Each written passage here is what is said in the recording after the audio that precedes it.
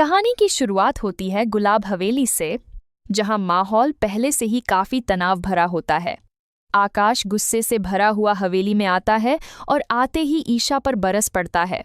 उसकी आवाज में इतना गुस्सा होता है कि पूरा घर सन्न रह जाता है।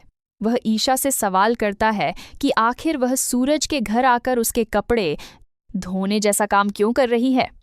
ईशा चुप खड़ी रहती है, लेकिन उसकी आंखों में दर्द साफ नजर आता है। दोनों के बीच बहस तेज होती जाती है और माहौल और ज्यादा भारी हो जाता है। तभी अचानक दरवाजे से सूरज की एंट्री होती है।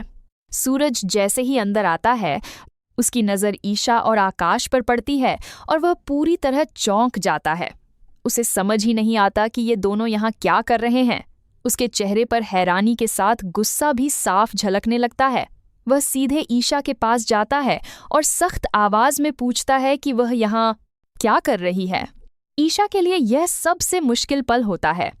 वह सच्चाई नहीं बता सकती क्योंकि ताई माँ ने उसे यहाँ काम के लिए बुलाया था, और अगर सच सामने आ जाता तो सूरज का गुस्सा ताई माँ पर टूट पड़ता।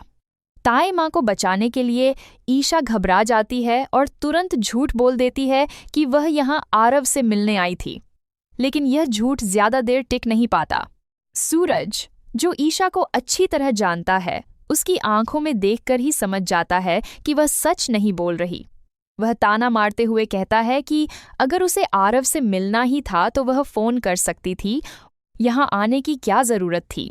उसके शब्द ईशा के दिल को चुभते हैं, लेकिन वह फिर भी चुप रहती है। दूसरी तरफ ताई माँ एक कोने में खड़ी सब कुछ देख रही होती हैं। उनके चेहरे पर डर साफ दिखता है कि कहीं ईशा उनका नाम ना ले ले। वहीं काव्या और मोनिका भाभी, जिन्हें पूरी सच्चाई पता है, बिना कुछ बोले सिर्फ तमाशा देख रही होती हैं। इसी बीच आकाश आगे आता है और माहौल को और ज्यादा भड़का देता है।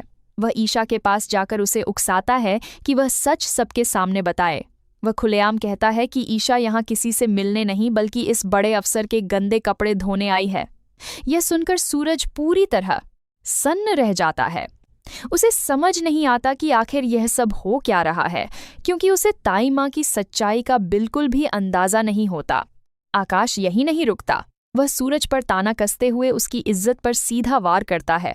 वह कहता है कि इतना बड़ा अफसर होकर भी वह एक औरत से पहले ऑफिस में काम करवाता है और फिर घर बुलाकर उससे कपड़े धुलवाता है।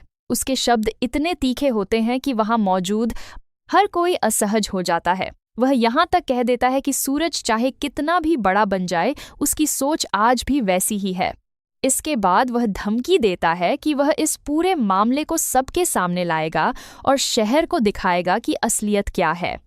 यह सब सुनकर सूरज का अहंकार बुरी तरह आहत हो जाता है, लेकिन सच जानने के बजाय वह गुस्से में अंधा हो जाता है और अपना गुस्सा ईशा पर उतार देता है।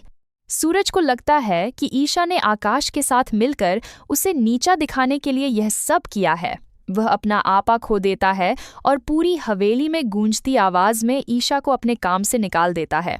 उसके शब्द इतने सख्त होते हैं कि ईशा के दिल पर गहरी चोट लगती है। वह बहुत कुछ कहना चाहती है, लेकिन ताई माँ की इज्जत बचाने के लिए खुद को रोक लेती है और चुपचाप सब सह लेती है। ताई माँ यह सब देखकर मन ही मन खुश होती हैं कि उनका प्लान बिना किसी परेशानी के सफल हो गया। वहीं आकाश ईशा का हाथ पकड़कर उसे जबरदस्ती हवेली से बाहर ले जाता है। सूरज बस खड़ा देखता रह जाता है, लेकिन कुछ नहीं कर पाता। ईशा के जाने के बाद जब सूरज अकेला होता है तो उसके मन में बेचैनी शुरू होती है। वह उन सभी पलों को याद करता है जब आकाश ने ईशा के साथ गलत व्यवहार किया था। धीरे धीरे उसे एहसास होने लगता है कि शायद ईशा सच में मजबूर थी और वह अपनी मर्जी से यह सब नहीं कर रही थी। दूसरी तरफ आकाश ईशा को घर ले जाकर उसे ताने देता है और उसके जज्बातों का मजाक उड़ाता है, लेकिन इस बार ईशा टूटती नहीं है। वह अपने आंसू पोंछती है और एक मजबूत फैसला लेती है कि अब वह किसी पर निर्भर नहीं रहेगी और अपनी जिंदगी खुद संभालेगी। कहानी यहीं खत्म नहीं होती, बल्कि असली मोड़ अभी बाकी है। जब रिया ये सब बंटी को बताती है तो बंटी को तुरंत शक हो जाता है। वह समझ जाता है कि ईशा अपनी मर्जी से वहां नहीं गई थी, बल्कि किसी मजबूरी में गई थी और इसके पीछे आकाश का हाथ है। अब बंटी चुप बैठने वाला नहीं है। वह तय करता है कि वह सच सूरज के सामने लाकर रहेगा। आने वाले समय में जब सूरज को पूरी सच्चाई का पता चलेगा, तब उसका रिएक्शन क्या होगा, यह देखना बेहद दिलचस्प होगा।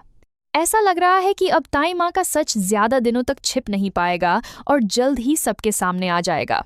अगर आपको यह कहानी पसंद आई हो तो आगे आने वाले एपिसोड देखने के लिए हमारे चैनल को जरूर फॉलो करें और अपनी प्रतिक्रिया जरूर दें।